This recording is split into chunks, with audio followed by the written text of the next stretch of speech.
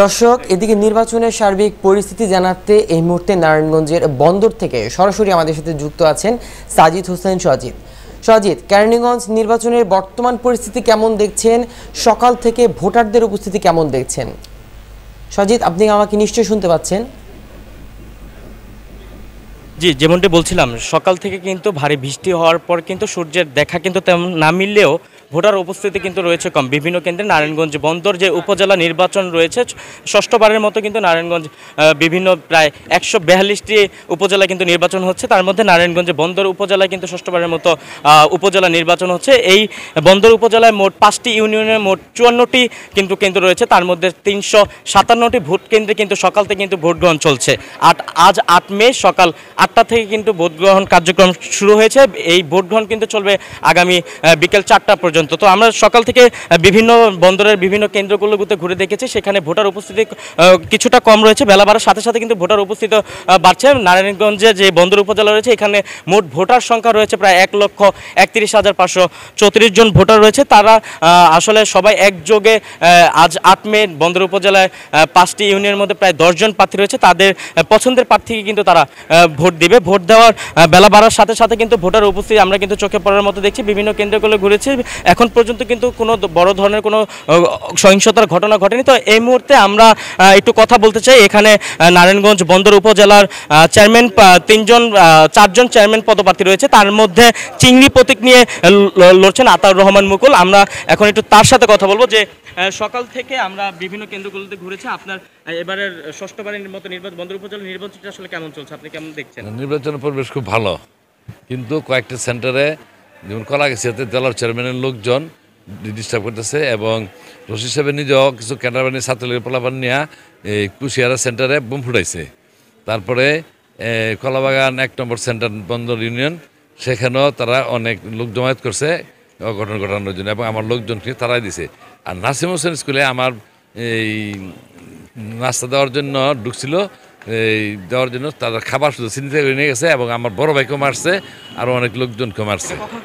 এটা এই যে আধা ঘন্টা আগের ঘটনা।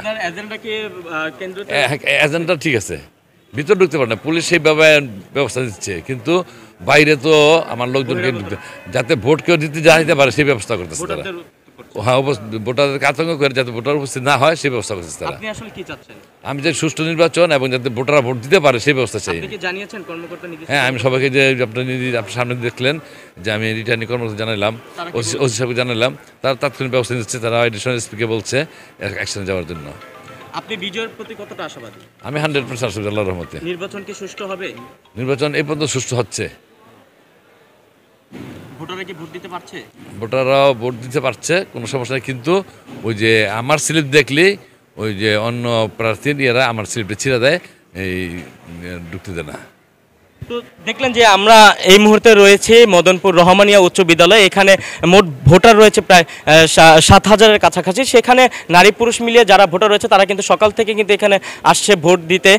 সকালে আসলে ভারী আবহাওয়ার কারণে ভোটার উপস্থিতি কম থাকলেও কিন্তু এখন বেলা বাড়ার সাথে সাথে কিন্তু ভোটার উপস্থিতি বাড়ছে। কিন্তু এই প্রার্থী আতাউর রহমান মুকুল যিনি রয়েছেন, তার কিছুটা অভিযোগ রয়েছে। বিভিন্ন কেন্দ্র তিনি গিয়েছেন, তার লোকজনের উপরে তাদেরকে কেন্দ্রে ঢুকতে দেওয়া হচ্ছে না, ভোটারদের আতঙ্ক করার সৃষ্টি করছে। তার যে প্রধান ক্যান্ডিডেট রয়েছে তারা, তিনি যাদের নাম বলে গেলেন তাদের আসলে তার প্রধান ক্যান্ডিডেট আমি যদি একটু বলে রাখি, নারায়ণগঞ্জে যে চেয়ারম্যান পদে নির্বাচন করছে 4 জন, তার মধ্যে ত্রিমুখী লড়াই রয়েছে। তার মধ্যে হচ্ছে আতাউর রহমান মুকুলের সাথে প্রতিদ্বন্দ্বিতা করছেন মাকসুদ হোসেন। দ্বিতীয় প্রতিদ্বন্দ্বী যিনি করছেন এম এ রশিদ, তারাই কিন্তু আসলে এবার নির্বাচনে অংশগ্রহণ করেছেন। তো এই নির্বাচনে উপজেলা নির্বাচনে মোট ভোটার সংখ্যা কিন্তু রয়েছে 1,31,000 ভোটার। তারা একযোগে কিন্তু 8 মে সকাল 8টা থেকে বিকেল 4টা পর্যন্ত কিন্তু আসলে ভোট গ্রহণ হবে, সেখানে কিন্তু ভোট দিবেন। তো আসলে বন্দরবাসী কি তার পছন্দের প্রার্থীকে কি খুঁজে নিতে পারবেন না, সেটি আসলে আশায় রয়েছেন বন্দরবাসী।